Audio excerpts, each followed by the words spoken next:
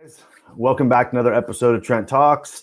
I got my man Alex Brown with me today. This is going to be a super fun one. Thanks for being here, Alex. I'm excited, man. Thanks for having me. So for those of you who don't recognize Alex, there's a hint. You can go right in here, get the beard. Alex is actually the co-founder of the Beard Club. So originally was Dollar Beard Club, now it's the Beard Club. And you guys have done just amazing. I know you've recently had an exit about a year or so ago, and now you're into a lot of other fun stuff, which we're going to get into.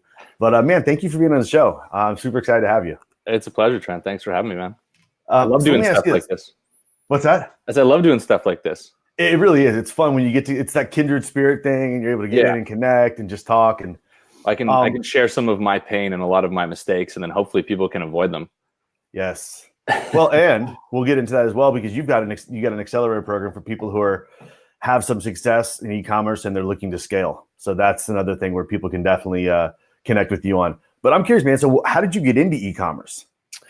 I guess like e-commerce chose me is a weird way of saying it, but I actually I went to school for business. I never wanted to be an entrepreneur. I wanted to get an awesome corporate job that I thought would pay me like $500,000 a year, and I thought the world owed me something. And graduated. So what was your degree in? It was in business, just in general business administration. Okay, cool. I did really well in school, but I didn't have any actual skills. And I know plenty of amazing marketers that make way more money than I do that have never been to school and just sort of learn stuff by doing. And I went the opposite approach. And then was like, oh crap, graduated, height of the recession, no jobs. I was like, wow, I am an idiot. And I sort of what year did you graduate? This would have been 2009, I guess. Okay, yeah. So literally right after the 2008 crash, yeah. things were complicated, right? So I'd put myself through school running a little construction business, like landscaping, stonework and stuff. My dad did that. He always had a company. So I started working for him when I was really young and then started subcontracting. So I was technically an entrepreneur, but I wanted to get out of that industry. And eventually through a weird connection of events, got connected with a guy in my hometown that was doing he had a pharmaceutical business development company. So working on licensing deals, working on contract manufacturing deals, helping companies enter new markets. So it wasn't selling drugs. It was working with the manufacturers of them and helping them. I like the way you said that though. That's just fantastic. Yeah. I wasn't a drug dealer. Selling drugs. I wasn't dealing. I was working with the manufacturer. Sorry, go ahead. But it was a cool job in the sense that it was a startup. So I got tremendous amounts of responsibility. I got to go talk to CEOs of really big companies and pretend I knew what the hell I was talking about. And so for my confidence levels for me as a person, that was really good, but I didn't really like the industry. Didn't agree with a lot of the stuff in the industry and still don't. But, and I knew that sort of wasn't my thing. And, so kind of walked away from the startup. For your confidence, because everybody deals with that imposter syndrome, and you're kind of fighting your way through the imposter syndrome by having to literally sit in front of these people who have been building multi-million-dollar businesses, and you're like, hi, I'm Alex. Well, I mean, I still deal with the imposter syndrome all the time when I go to these high-level events, and you're sitting, I'm speaking at conferences with people that I really respect, and I'll be in the green room being I don't belong here. What the hell? But that was specifically was really cool because it almost worked to my advantage. I was a young guy in a really old person industry, right? So people were there's no way this guy knows what he's talking about. And then, I sort of did, and I was able to hold my own. So it worked in my favor. But I wasn't really happy there and kind of walked away from that. And at the same time got introduced to Chris, my business partner. And he was in California. So I'm from Canada. I don't know if you know that, by the way. We the North. I'm not actually a basketball fan, but they're going hard right now. We the North. Yeah, I had to watch last night. Hey, that's okay. Look, I'm torn. I'm partially happy and unhappy with Toronto fans. I was mad. I'm gonna go on my little tangent. I haven't had a chance to say it today, so I'm gonna say it. I was mad that half of them cheered for KD getting hurt, but I was happy that they corrected it and they went back to the usual Canadian way that we expect. Yeah. Most Canadians are way politer than Americans, and then they gave KD the nice chant leaving out to support him and be like, hey, my bad. We want a title so bad. That's exactly what it was. And I was watching with a buddy of mine. We both were like, well, that's no good. And the energy in the game changed when people were cheering that this guy got injured, and everyone sort of, I think, realized at the same time, oh, this is not a classy thing to do. Yeah. And then kudos to the Raptors, man. They were just Kyle Lowry, Danny Green, and Serge Ibaka literally walk around yo, y'all, hey. Yeah. dude, man's got his Achilles messed up. Sorry. Anyway, go ahead. So you're traveling around speaking these things. You're kind of uncomfortable, and then you met your co-founder, Chris. I met Chris, and he was this like really crazy, brilliant, out there kind of guy, super creative. And he'd just crowdfunded a wearables product, right? So I actually got into e-commerce through crowdfunding, and so we hit it off. He was really good at having this like idea or this like creative spark, and I'm more of the person that would then write down the first 10 steps to make that happen. And usually like you'd get it to 3 and then have to go back to 1, and it's always an iterative process. But we worked really well together for those reasons. We were sort of like just very complementary. What's really interesting is that the guys like you are the guys that I think that are hard to find. Yeah, because you can find the guys like I naturally think the other way. I'm like, oh, I got a great idea. I got this, I get that. But it's hard to find the dude that's actually able to come in and say, look, this is how we implement what you have up here. This is how we make it work. Yeah. Yeah. I mean, well, thank you for that. I mean, it's definitely like, I think a little more of a rare breed, but I also have that creative flair inside of me and just had always kind of kept that at bay. Of course, because you're an entrepeur. Yeah. So it's like this dance of like where I'm like trying to implement visions that are kind of co-created, oftentimes mainly through Chris, but have my own ideas and my own passions and my own sort of general like ideas on where we should be going. So, it's always a bit of a battle, but we worked extremely well together, and we were able to create a lot of really cool things. And so we started with a wearables product. We crowdfunded it. We figured out how to make it, which was insanely technical and ridiculous. And we just shelved the business because we were competing with Fitbit and all this stuff. And so, like, early on, experience because you probably didn't have. I'm assuming you didn't have manufacturing experience at that point. So I had contract manufacturing experience through the pharmaceutical gig, but not like doing like the engineering for a Bluetooth product and like all the regulations and stuff that go into that. So that was just kind of like out of my atmosphere. It was ridiculous. Did you guys have to find like outside engineers and stuff like that to bring in? We did. We found a couple of the wrong ones before we found the right ones. And so like, building a product from scratch, technical product, is an absolute nightmare unless you've done it before. And even then, like we did it a couple times and we got better and better. But I don't know about you, Trent, but everything I do in business seems to take twice as long as I think it's going to and cost 3 times. Oh my gosh, it's awful. No matter how much I'll have this done in 3 days or 5 days, and the next thing you know, it's 2 weeks later. And I'm like, I got to finish this. Yeah, that's exactly it. So we did that. We had a golf product, and then at this time we were attracting more people into like our network, and we had a knack for launching something and getting it funded. That's so cool. We naturally started an agency because we needed to pay the bills. So we were helping other people do like photo shoots and videos and put the campaigns together and do some of the manufacturing and just kind of blending. What time frame was this? This would have been, so this would have been 2014 into 2015. And, it was sort of working. We weren't really paying all the bills. So we were like Airbnb-ing our room, sleeping in the garage, sleeping outside when we had to, and just kind of keeping it going. But we didn't really care. Like, looking back on it, I'm like, at the time, I think I was 29 years old, and I'd saved up a bunch of money for a house. And now this was quickly like, dissipating, and I'm like putting it all into this. But we just sort of always knew that we would make it work because now we had invested so much into this, like we'd find something. We crowdfunded a company called Coolbox, which is like this smart tech toolbox. That actually did really well. It landed Chris on SharkTank. Was not nearly as good as I am on camera now then, so I didn't go on the show, or else it would have been a blundering disaster. Still working on the camera thing. Do you ever regret not going on the show? Yes and no. Like I would have loved to have that on my calling card and have that experience, but I just wasn't ready. And sometimes the universe will protect you from things you're not ready from. And sometimes that's success actually. So yeah, that was great for us as a group of entrepreneurs, and we were sort of recruiting more people that were like-minded into this sweat equity dream. And we had this startup house with 6 of us all growing these long beards. We were getting into like natural health, getting away from using. So where you guys were at, you were all a lot of you were doing different things, but you're all got your own startups that you're working on. No, we're all working on the same ones basically. Sometimes it was for clients, sometimes it was for us, and just like throwing stuff at the wall and hoping that it would stick. And like cool. We were all wearing multiple hats at the same time. It was pretty crazy. But we started to eat naturally, like say no to like fragrances and chemicals, and like sort of became more aware of our own potential to heal our bodies and stuff. And we all beards, so we're like started trying beard oil, but it was all like $20 and $30, and we're like, we've got to there's got to be a way to do this better so we can lower this barrier to entry. And we kind of joked around doing like the beard club idea for a while, like we should do this, like no one's doing it. And we started researched it more and more, and we had all the inputs. We could film videos because that's what we did. So we went and filmed a video.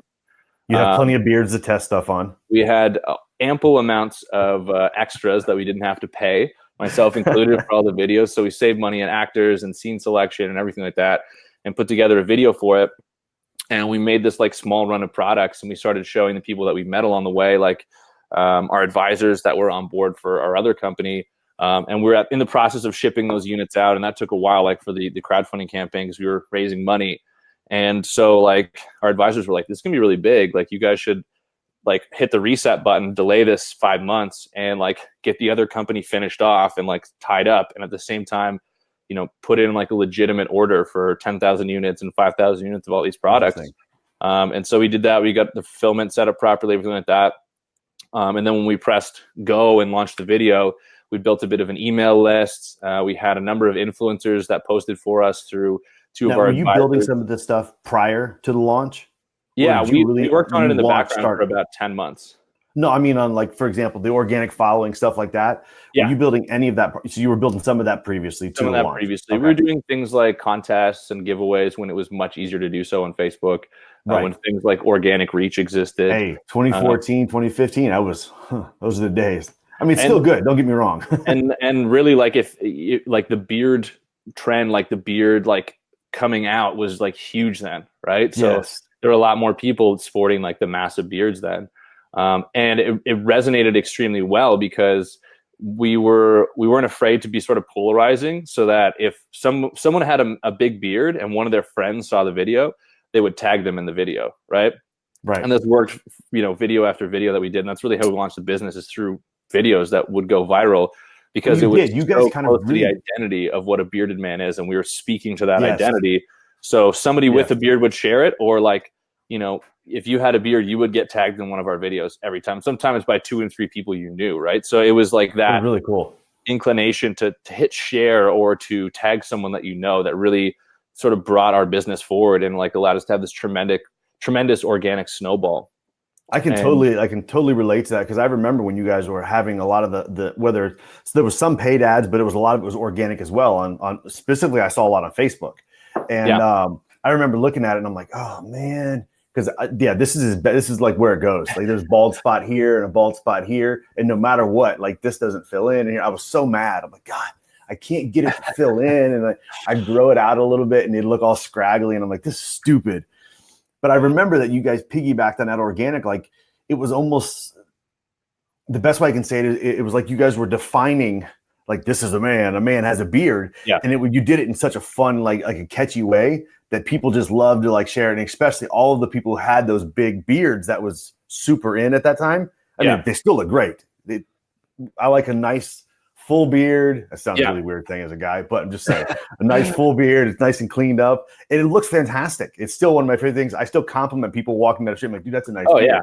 And they look at you like, what? I'm like, no, it's good. It's a good beard. That was one of the things we learned about, creating this sort of like almost like cultish following and feeling. And there's no matter what industry you're in, like there are those like ties. We call it the beard nod, right? It's where one guy with a beard sees another guy with a beard. Or if you don't have a beard and you see a guy with a great beard, you're like, that's a great beard, right? And so we latched onto that, and Beard Club became this like beard nod sort of like intersection device, right? And it's one of like the powerful things that we learned about creating an identity and like using that to push your brand forward.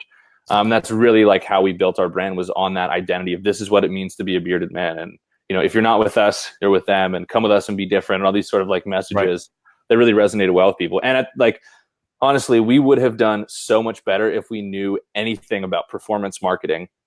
We were doing some media buying, like we had Facebook ads in place, but really it was exceptionally difficult for us. We were leaving a lot of money on the table because we had, this sort of like knowledge gap. We didn't use any affiliates for our launch. We didn't do really any of the boxes that you would check to do 10 million in your first year like we did. So we left a ton of money on the table. We still did exceptionally well. And as the organic thing started to die down, our knowledge of how to do the performance marketing side really started to spool up. So we were able to sort of like level off this like peaks and valleys of the business and bring more stability.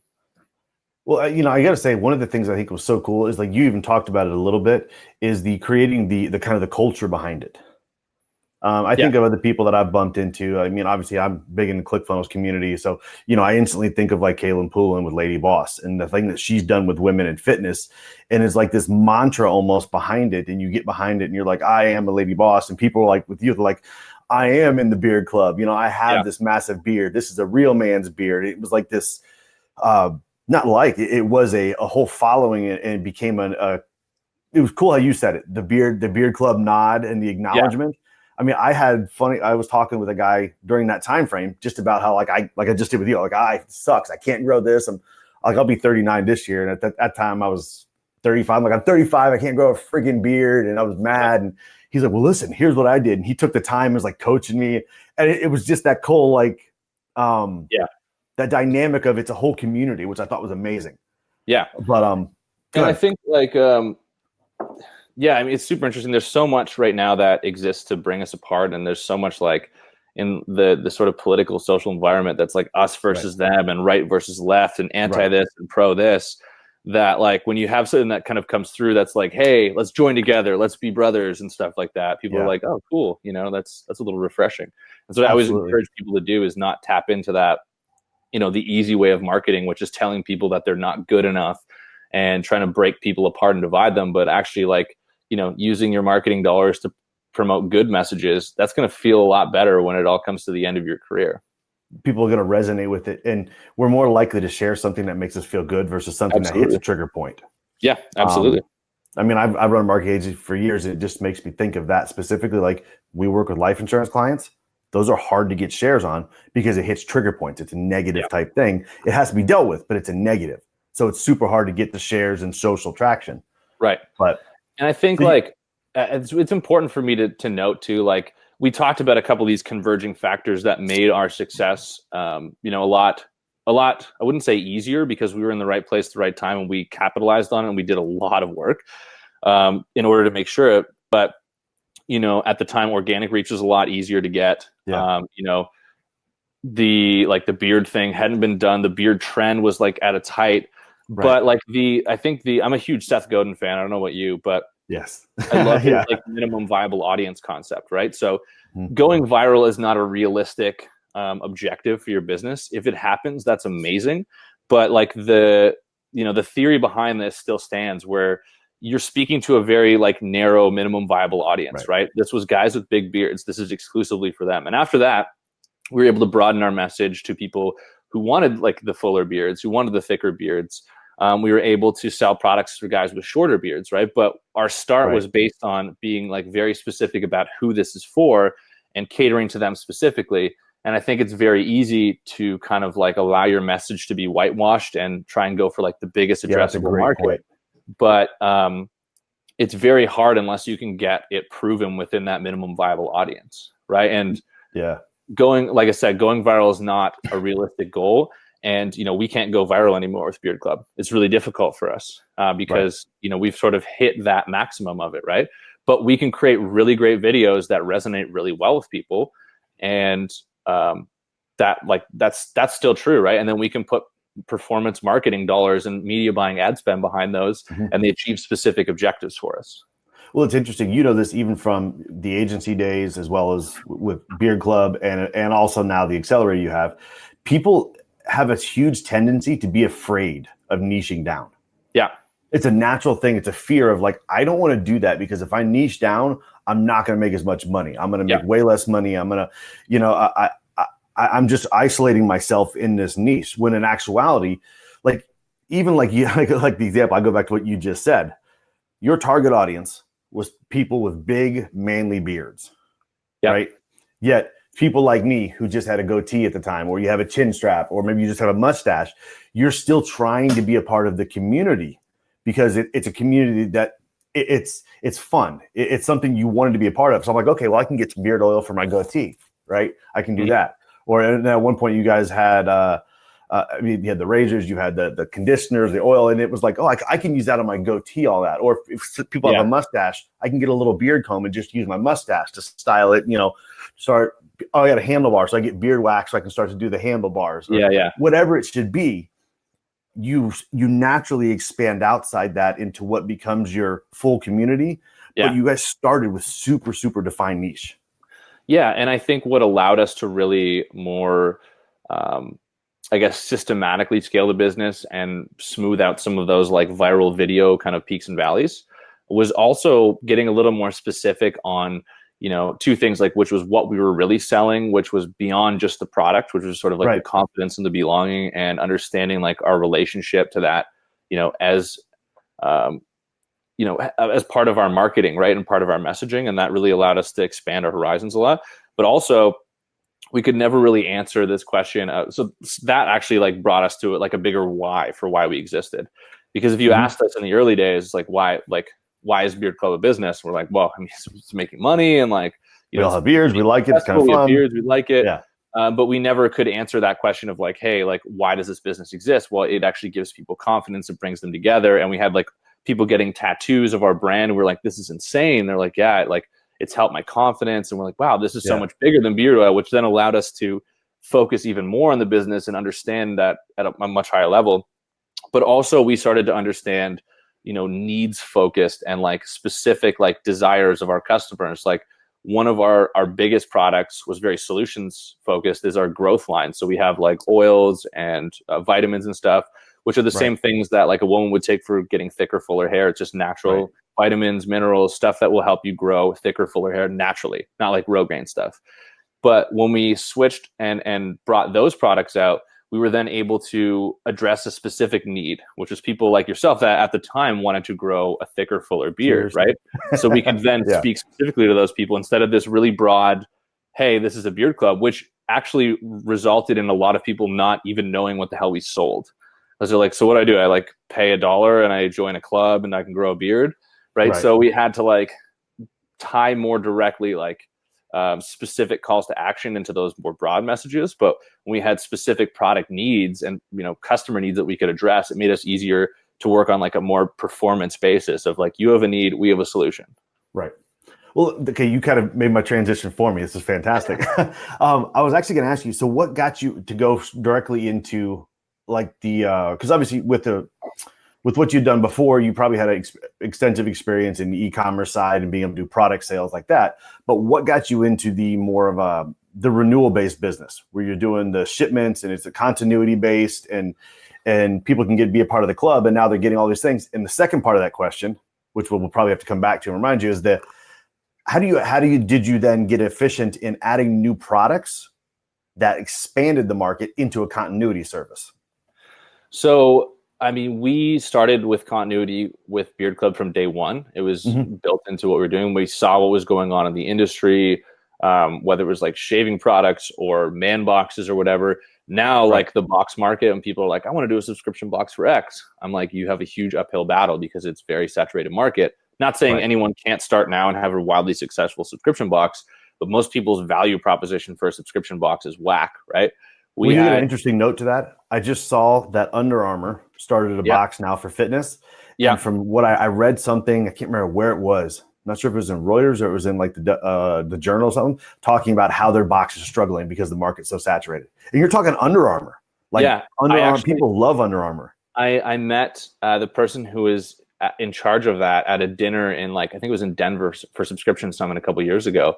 And they have all the resources in the world. Like we're talking like Under Armour, right? So, and they were saying that it's a struggle for them to get market cap. Not that the product's not good. The product, they said, is great, but getting market share is so difficult now because there's so many different things out there. Yeah, fitness apparel is a whole different beast. It's a war of attrition. It's a lot that goes into it. I know a couple friends who have really great fitness brands, but it's really hard to grow them. And then I tell them Under Armour is struggling. They're like, "Oh, I don't feel so bad." I feel much better now. Yeah. But so from day one, we built in like the subscription model and continuity. And because it was a consumable product, right? We knew people would be using it. That said, we totally screwed up. We were sending too much product. Our product was way too big. We had giant beards, so we designed around what we used every month, and we were using it quite liberally. So we actually had to eliminate certain products from our offering because they were just like way too big to send out on a subscription basis. It would take somebody with a beard your length like a year to use all of the product, right? Yeah. And well, I mean, like I have a beard oil right now that's, I mean, it's about yay big, so it's at probably like 2 ounces.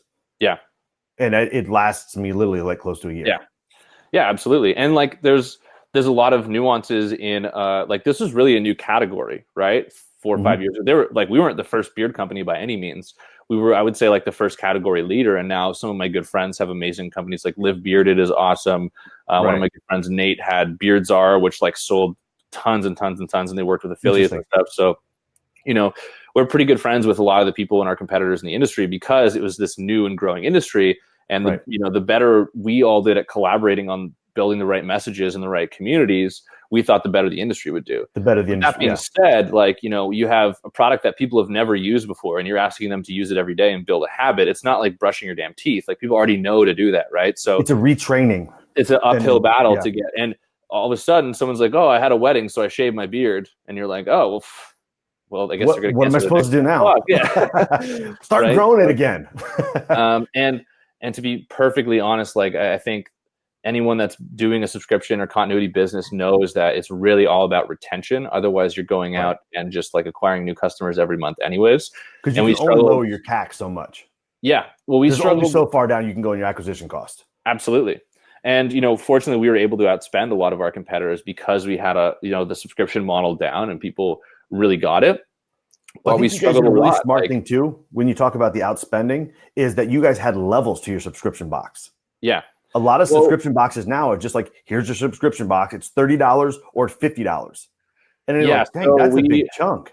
We had 2 different approaches. And, you know, this whole time, first of all, like when we launched, we had a completely custom website because at the time, you know, Shopify and WooCommerce, like their subscription recurring billing engines at the time just weren't good enough. Like 2014, we had to build from scratch, right? So, but that being said, we were trying to add all these things onto this custom website that was never designed to hold, you know, like 50,000 active members plus like 100,000 churn members and all the data and trying to react. It was just like crazy, right? So totally forget where I was going with this. Tech difficulties. Oh, sorry. Yeah. You were talking about the process of, we were talking about the price point, stuff like that. Yeah. Sorry. You said you had 2 different ways you're going. Initially, we just had a straight funnel where it'd be like step 1 is beard oil, step 2 is like balm and wax, step 3 was shampoo. And so we started adding products to that. We found that, you know, as you know, like the more steps you put someone through, the more they drop off. Right. And it was kind of a brilliant model though, because we would charge a flat fee shipping of $3.99. So no one would ever check out with just like a $1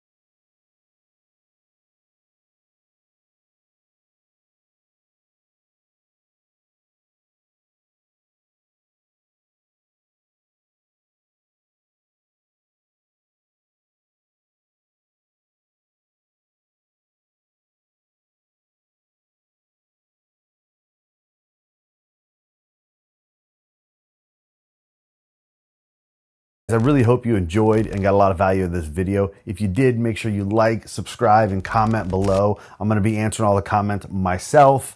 And also, come find me on your favorite social media platform and tell me what else I can help you with.